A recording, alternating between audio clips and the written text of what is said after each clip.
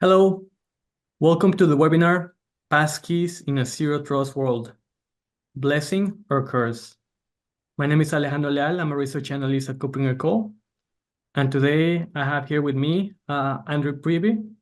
He's the CTO of IC Consult.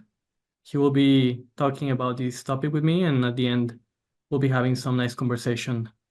But before we begin with the webinar, we'd like to remind you just a few things. Just to keep in mind that we control the features, so there's no need for you to mute or unmute yourself. And we'll be conducting 2 poll questions, so I'd like to encourage you to participate on those because it helps us in our research and also to understand the audience. And we will be having a Q&A at the end.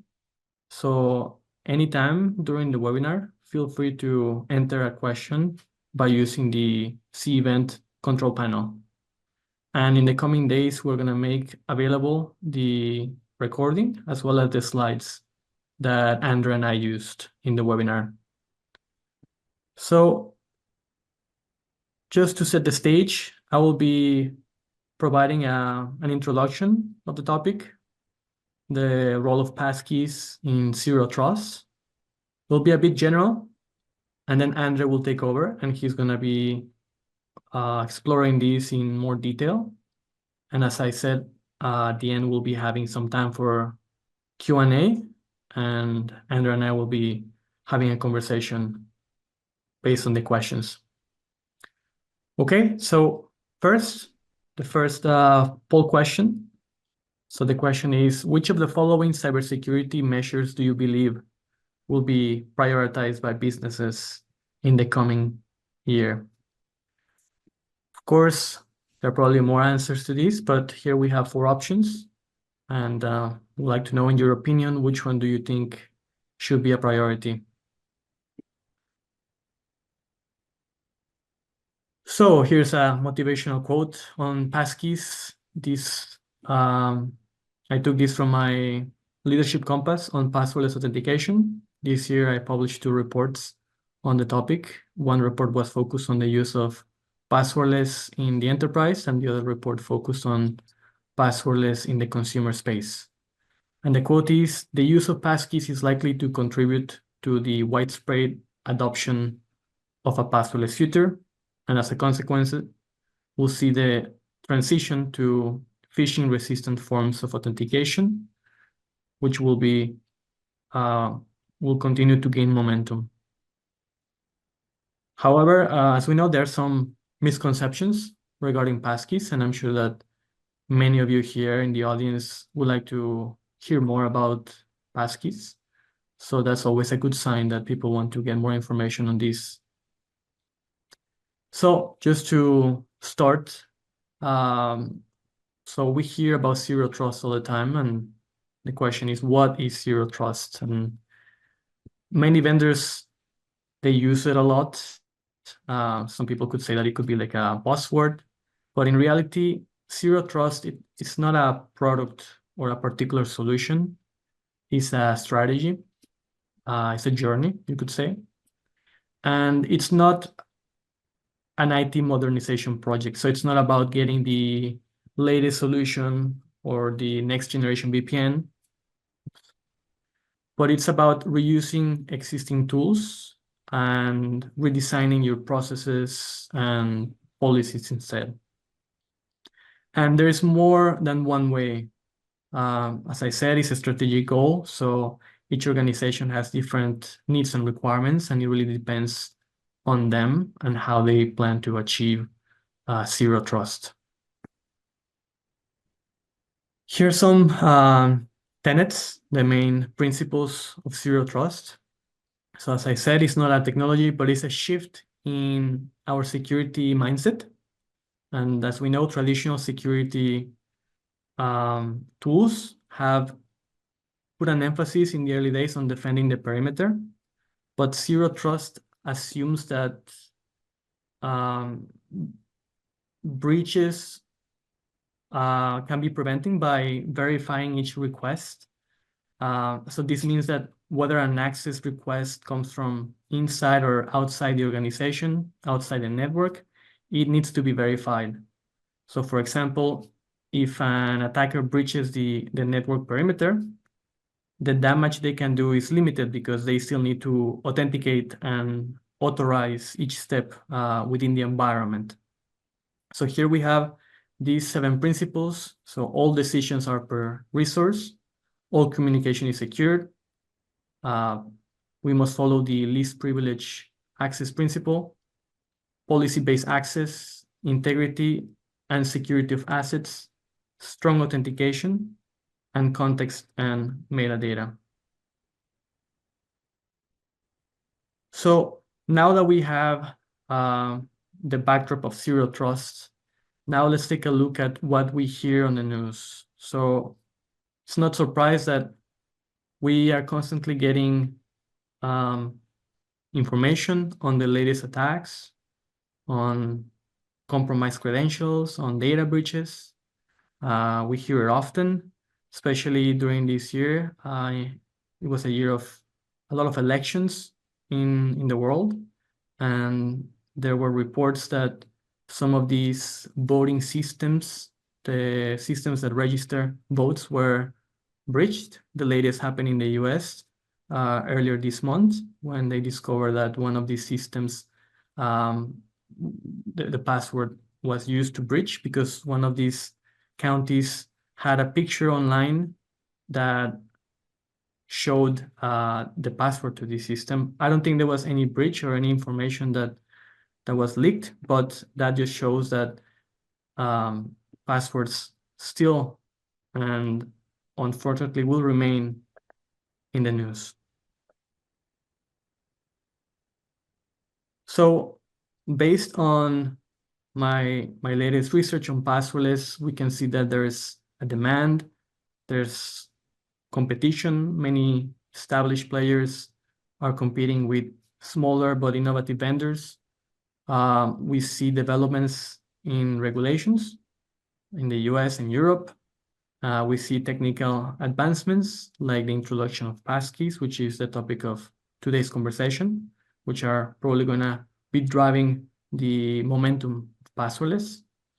But as we know, it's not that easy to do because passwords are still going to be used in the years to come. It's about interoperability, it's about integrations, and it will take some time, right, to really get to this passwordless future that many vendors often talk about. So the question, what are passkeys? So you could say that passkeys are a transformative leap forward in authentication technology. They are based on the use of public key cryptography that offers a more secure methods of access, and they eliminate the risk associated with phishing attacks primarily and password theft. So each passkey is unique to the user and the device, which means that the private key used in the authentication process never really leaves the device. So this blocks many common attack vectors, such as remote phishing and others, making passkeys a strong choice for authentication. But many vendors and many organizations ask if passkeys are the way to go.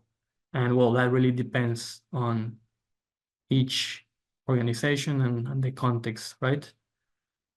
So there are different types of passkeys. I know that Andrew will provide more detail on this, but we can break it down in 2 types, device-bound and cross-device.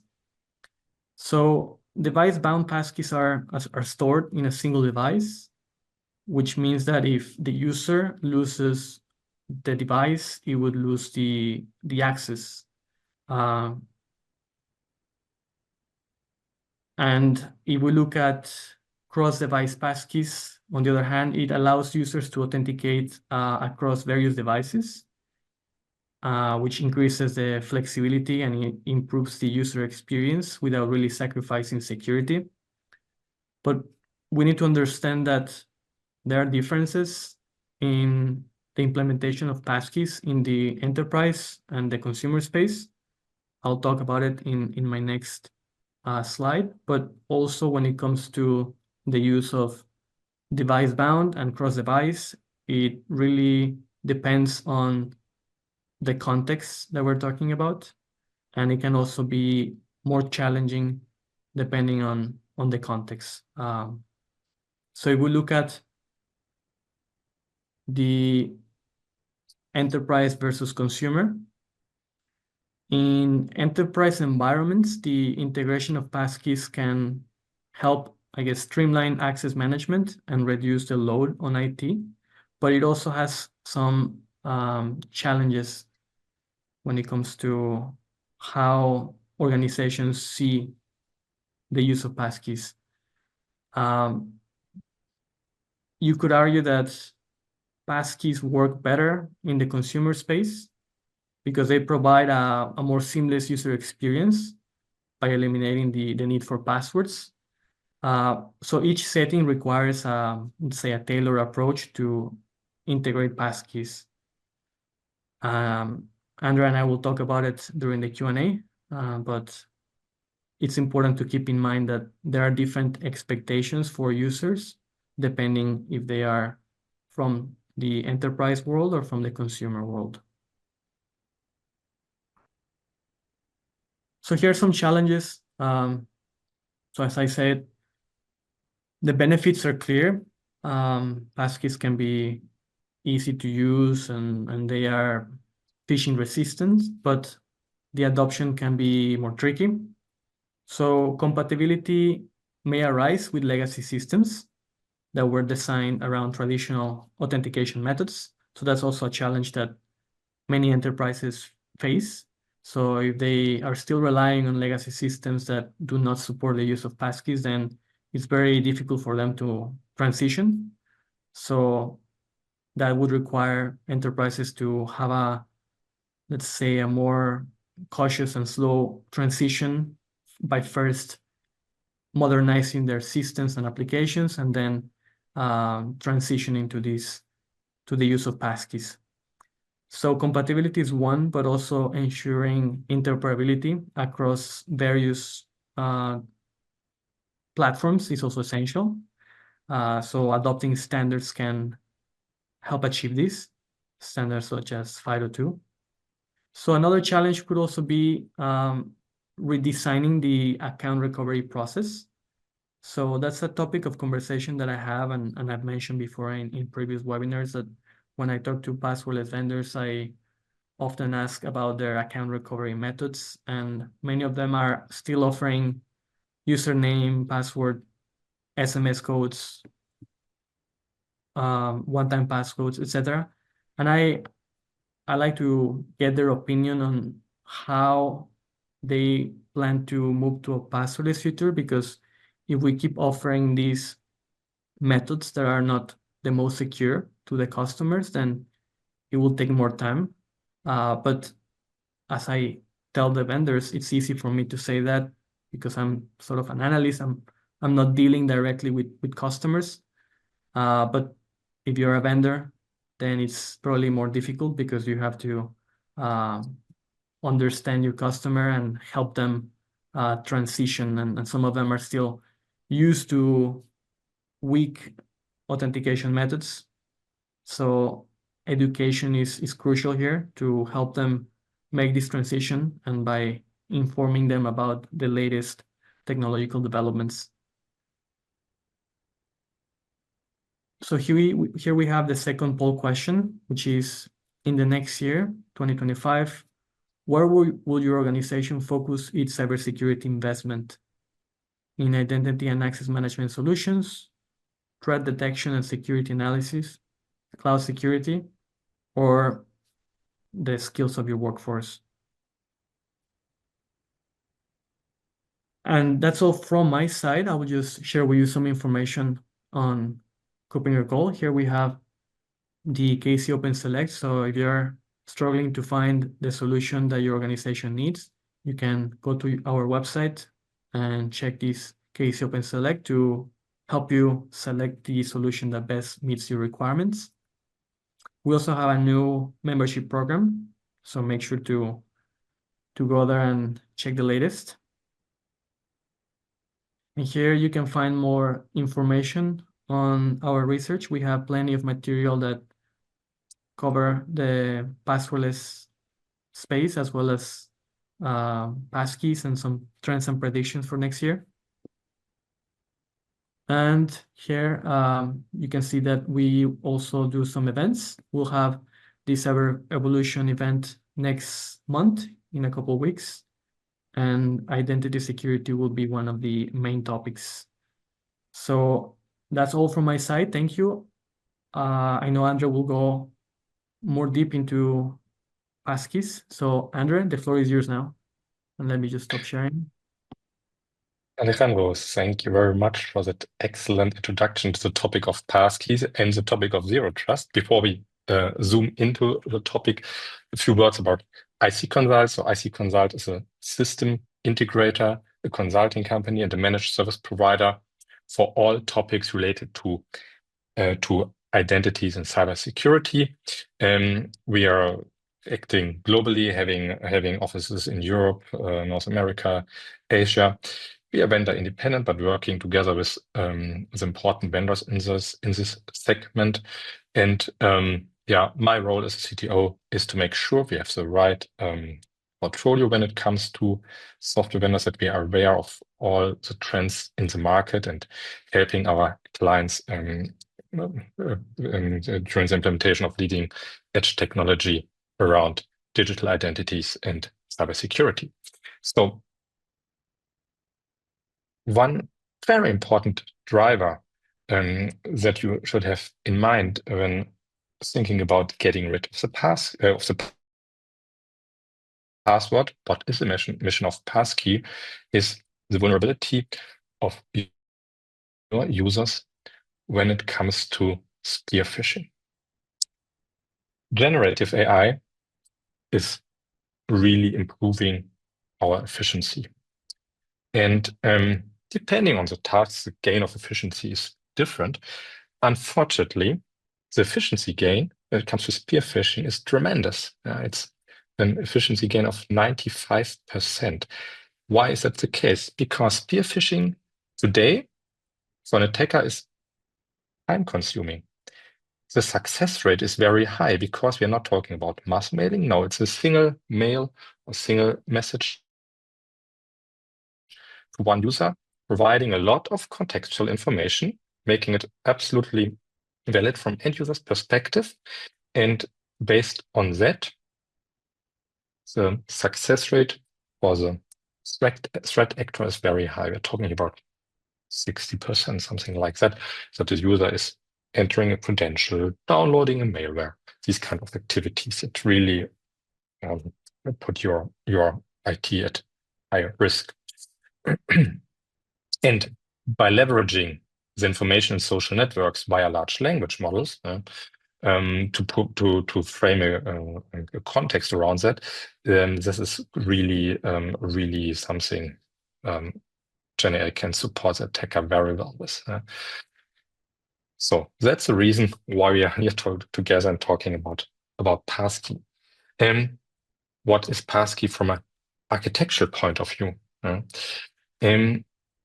So first of all, passkey is a kind of end user terminology for FIDO2, the authentication protocol that provides us phishing-resistant, passwordless multi-factor authentication.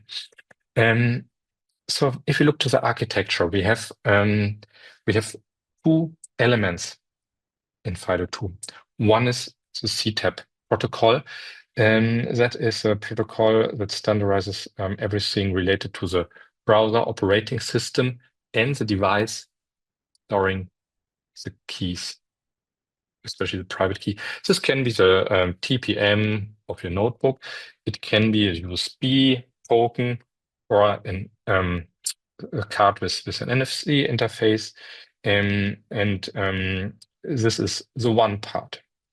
The other part is everything related to the browser and the server, so the identity provider, taking care of the authentication process. This is then JavaScript API from a browser perspective and defining the communication with the server. The very important thing to have in mind, we are talking here about a reliable, robust standard that does not require any installation of additional software. That's built into the browser's operating system and the identity provider product on the server side. Yeah. So, and that's a big difference to other mechanisms where you have to deploy a mobile app or a one-time password generator on your notebook or wherever. So this is the high-level architecture perspective. Then here a tool to categorize what is available in the passkey world, and Alejandro mentioned these topics on a higher level. So there are two dimensions I would recommend you to use it to separate the different tools out there. So one is, are we talking about built-in capabilities into the hardware operating system, or are we talking about third-party installations or hardware you have to buy in addition to what the end user already has? And the other dimension is, are we talking about a device-bound approach? So the keys are just living on that single device, or are we talking about something that is synchronized between different devices? Yeah. To provide you a few examples. So for the device-bound passkeys, we're talking here about platform authenticator like Windows Hello. It is leveraging the TPM on your Windows notebook, or YubiKey, an USB key you can plug into your notebook, or if it has an NFC interface that you can use with an NFC reader, for instance, your Android phone, to log in to a target system. Or the synchronized approach. So for instance, the passkey that is put into the iCloud keychain during the enrollment process on your iPhone, and then you can use it on your MacBook as well. There's one other thing you should have in mind. Are you talking about an authenticator that is a roaming authenticator that you can use via several devices, or are we talking about an authenticator that you can just use on that one single device, like this is the case with Windows Hello today? So the YubiKey, obviously, you can use it for several devices. That's the purpose of having it on a USB key you have always with you. But also, if you're enrolled on your iPhone or Android, you can use this device as an authenticator to log in to your Windows notebook. We'll look to the support metrics in a second. But it is important to have that in mind because it depends on how many enrollments you expect for your end users. When it comes to third-party passkey providers, these can be your password managers, like 1Password. They also implemented the capabilities around passkey. Very important. Today, this kind of first-party passkey providers for the synchronized scenario are Google and Apple, but Microsoft is a little bit later to the party, but they announced to provide that next year as well. If we now look to the support landscape here provided by passkeys.dev, so can recommend you to have a look to that page, you see what kind of capabilities are provided on which platform. So the synchronized passkeys, as I mentioned, in the Apple universe and on Android, but other capabilities that I mentioned, the cross-device authentication, the authenticator capability provided by Apple on iPhones, on Android. So that's also something that is important to have that in mind. But when it comes to the client capabilities, we have a broad coverage. So doesn't matter if it's a Chrome notebook, if it's if you're running your Edge browser on Ubuntu, all these kind of scenarios are supported there as well. So that coverage is really complete for all major use cases, I would say. Now, how does it play together with Zero Trust? So I'm quite sure a lot of you are familiar with the maturity model provided by the CISA when it comes to Zero Trust. So showing us the different pillars, like the identity pillar, the device pillar, and so on, and then what you have to provide as features to move up to the higher levels of maturity. When it comes to the identity pillar, the advanced level highlighted here is defining explicitly phishing-resistant MFA. And honestly, having in mind the improvements spear phishers, the threat actors are doing, a lot of MFA methods are clearly not phishing resistant. For instance, a one-time password.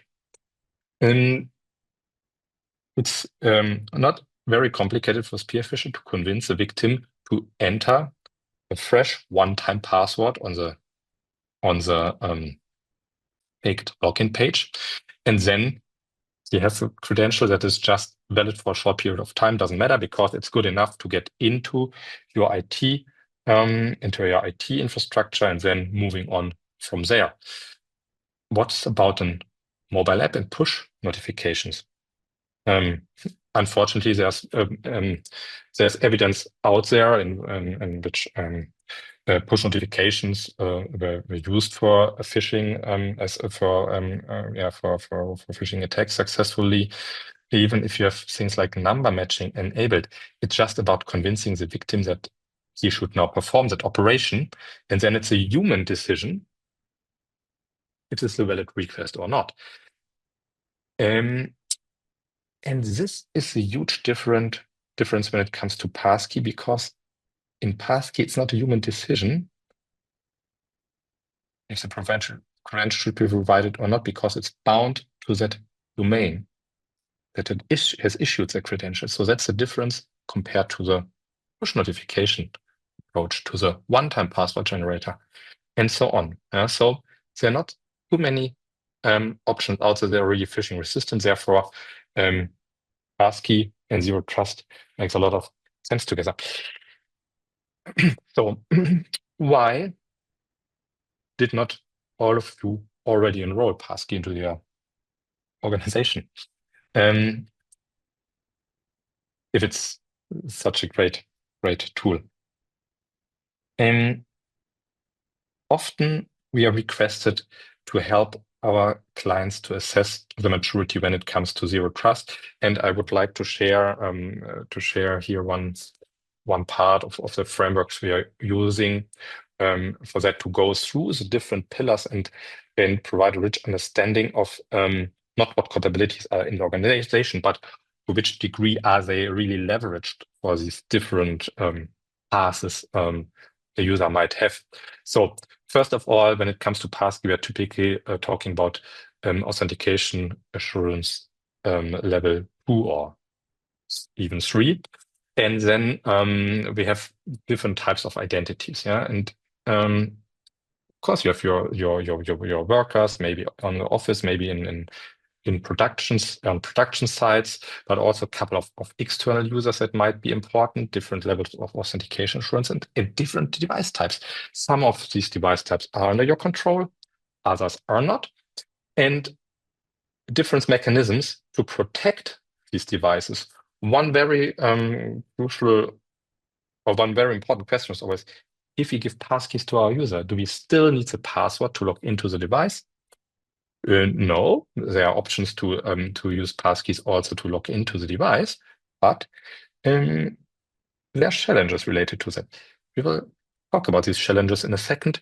And there are different other pillars. I don't want to go into the details, just give you a few examples to make it a little bit more precise.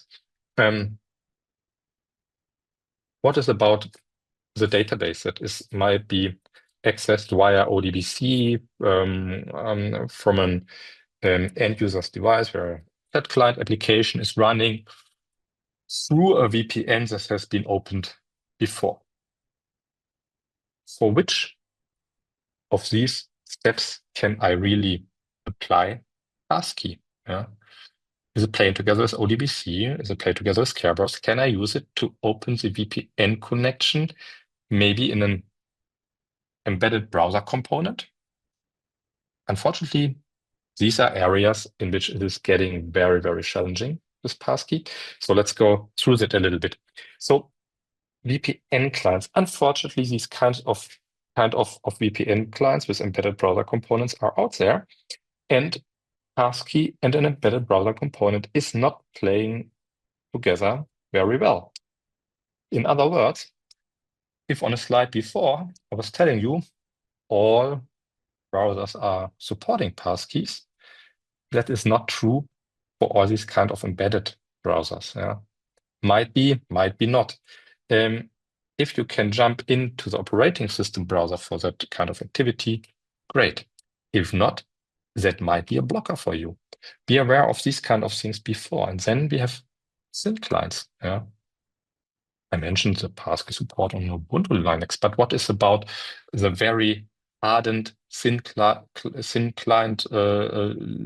Linux notebook you are giving to your contractors to open a VPN and a remote desktop connection to a terminal? Maybe it's working, but the likelihood that passkey is not working there out of the box is very high. Maybe you can make it working somehow, but be aware of these kind of edge cases before being convinced that you will cover everything with passkeys. Then I mentioned the device login before. Yeah. It's great to get rid of the password for the login to the Windows desktop. And there are a couple of products out there that are supporting passkey to log into the device. And there's also inbox, out-of-the-box capability. But to which degree is it working for your use cases? Might be it's working perfectly via USB, but not via NFC.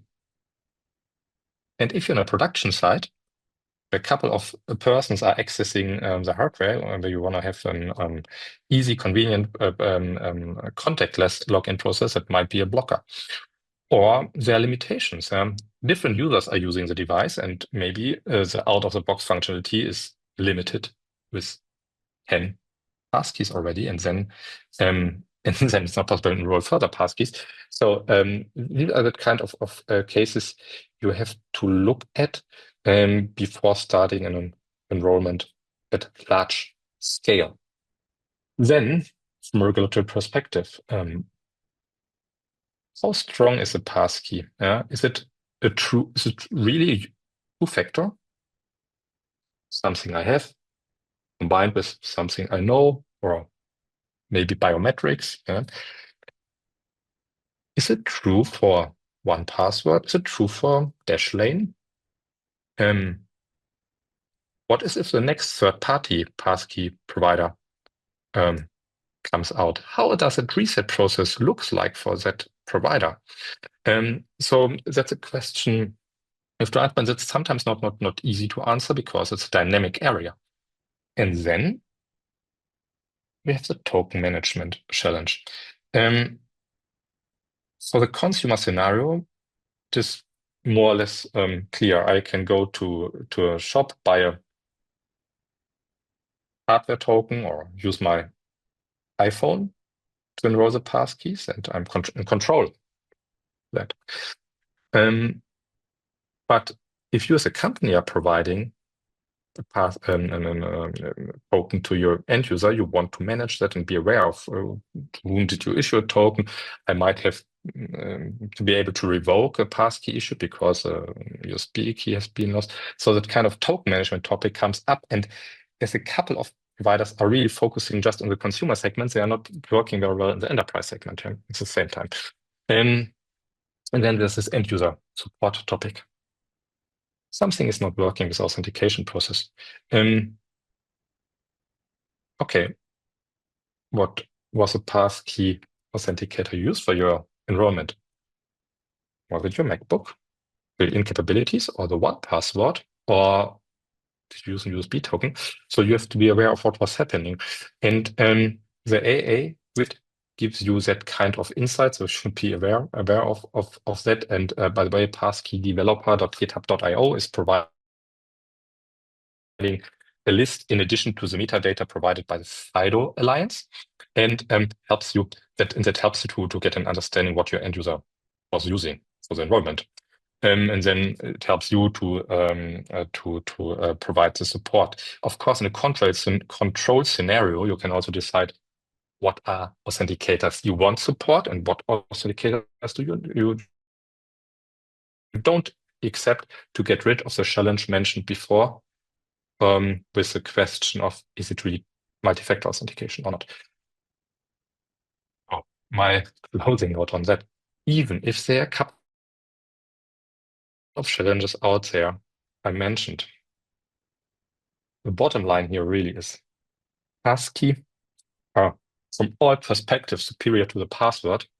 And it's absolutely necessary to move into the direction of a phishing-resistant authentication method. Yeah, and therefore, I would recommend really to everybody, if you're not already using passkey, move on in the journey, even if it is not always easy.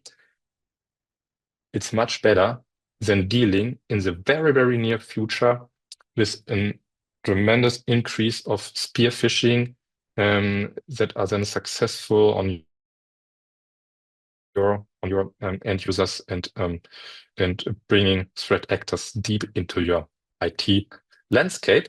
And having said that, Alejandro, back to you. Looking forward to an exciting conversation. Thank you, Andre. That was a very nice session. And as you said at the end, it's good to remind the audience that, passwords and SMS codes, these were never originally created to provide secure authentication. And it's a bit strange that we keep using them, right? So the passkeys are for sure a better alternative. Well, now we have a few questions from the audience. So one of the questions is, you talked a little bit about assurance levels. So what has to be taken into account when using passkey for highly sensitive use cases targeting assurance level number 3? If I think about that question, I'd say endpoint security, since the integrity of the device is very important, but I'm interested to hear more about your thoughts on that. In that kind of area, we are really focusing on having a hardware authenticator. So here we are not talking about a scenario in which you are putting trust in a third-party software running on your device, but really on a hardware token. That would be my recommendation. To leverage passkey to go into that direction. But in that case, it's absolutely valid using it, and there is and if you are managing them, as mentioned before, so having token management in place for this kind of token, there's no drawback compared to a smart card, for instance. Okay. The next question is referring to, are there any alternatives in your opinion to passkeys, and what might be the reasons for going for alternatives? In a recent discussion with a vendor, I talked about how maybe organizations that are still, relying on legacy systems, that they can maybe use a FIDO2 key to help with the transition, to support the legacy systems, and wait for the organization to adopt more modern approaches. But what do you think? Yeah, so my take on that is if you have a lot of legacy IT out there, it might be better to still go for the smart card. But maybe using a device that is capable of doing both X509 certificate-based authentication, so the traditional smart card approach, and at the same time being able to use a passkey, 502. Then you have one stick with both on it, and depending on the target application or the way you are accessing the application, you're using one or the other. But from the end user perspective, it's just one token for him. And then that allows you to move to more modern protocols, web-based protocols, OAuth 2.0, OpenID Connect, or even SAML, that play together with Passkey very well, and in getting rid of older protocols where you really have to protect the access based on the transport layer by a mutual TLS with a smart card, for instance. Yeah, that makes sense. How about, are there any, let's say, misconceptions that, in your opinion, are exist around the use of passkeys? And anything that you maybe would like to address now that you have the chance to talk to more people about it? Mhm. Yeah, of course.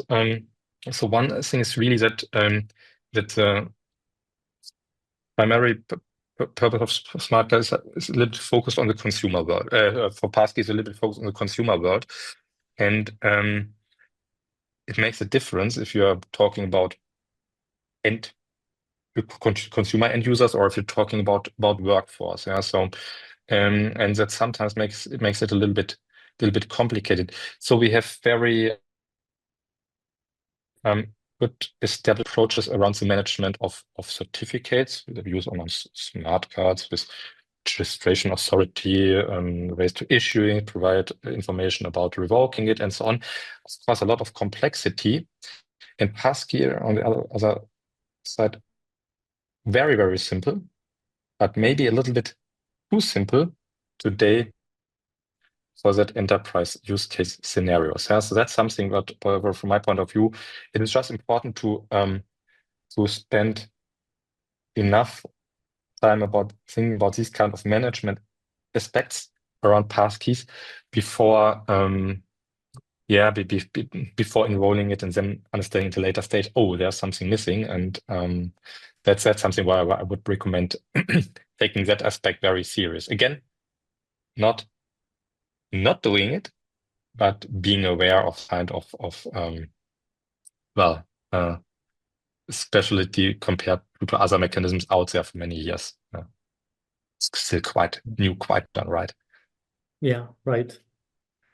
We have time for two more questions, and then we're going to show the results of the polls. The next question is about how do passkeys work together with ZTNA solutions and VPNs. For ZTNA, I guess they would follow the principle of least privilege access, but is there anything that comes to your mind? Well, I mentioned VPN a few times during the talk, not ZTNA at all. And when it comes to VPN, again, the challenge might be that kind of embedded browser thing, or even Radius is still in use when it comes to VPN.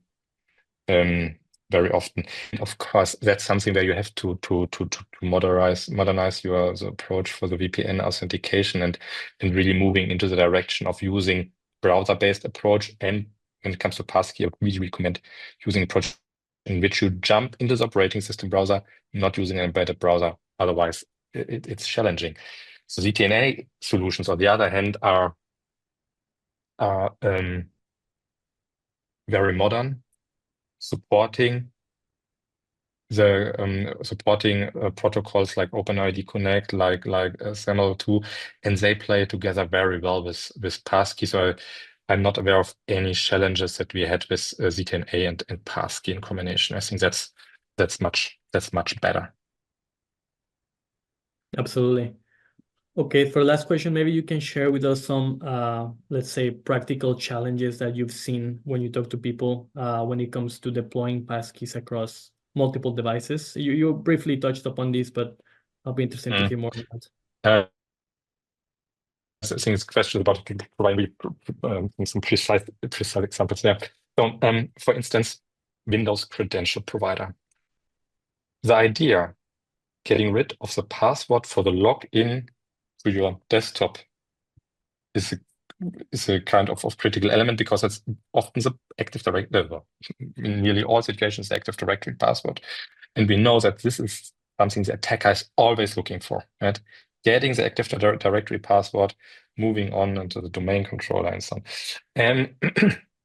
And here we unfortunately really were often facing the situation that this kind of credential provider components do not always work perfectly. There are scenarios in which it's getting difficult. So remote desktop protocol, RDP, for instance, or maybe the external NFC reader is not working for any reason. Then you are in troubleshooting mode together with the vendors, figuring out, okay, what is exactly the constellation, why it is not working in this situation. So this kind of things. So I think here it is important again to have a pilot upfront, figuring out, are there situations in which I might not be aware of how the larger organization is today using their IT systems, their IT infrastructure. Are there use cases I'm not aware of in my role as responsible for the central IT? Yeah. So if you have a lot of sites, yeah, then that might be challenging. Yeah. So doing a pilot and really making sure that you're not hitting these situations in the rollout, but before, and then that you have time to solve that together with the vendors of the different components. Yeah. Well, thank you so much for sharing that. I think we still have some time to take a look at the poll results. The question is, which of the following cybersecurity measures do you believe will be prioritized by businesses next year? 40% on a cybersecurity awareness training. Mhm. That includes onboarding as well. But any surprises here, Andre? Well, no surprise. I think end-to-end encryption, of course, also important. But well, I can understand that. Unfortunately, when it comes to the awareness training, I'm a little bit disappointed when it really comes to the outcomes of that. Yeah. So my take is, even with a lot of training, it is very challenging to get the numbers down, especially when it comes to spear phishing. Yeah, so it's very hard to detect that if you're not a professional in the cybersecurity industry. Yeah, I'd say that a combination of having the right tools and also having a good cybersecurity training is a good way to deal with these things. We had another poll question in a previous webinar on what's the current status of most organizations when it comes to passwordless. And I think over 70% of organizations have MFA on top of passwords, and the rest were evenly split between already adopting passkeys or a passwordless solution, and the other half still using username/password. So yeah, I can see why that's happening. But let's take a look at the second question now. Okay, so looks like most people will be investing in IAM solutions and cloud security.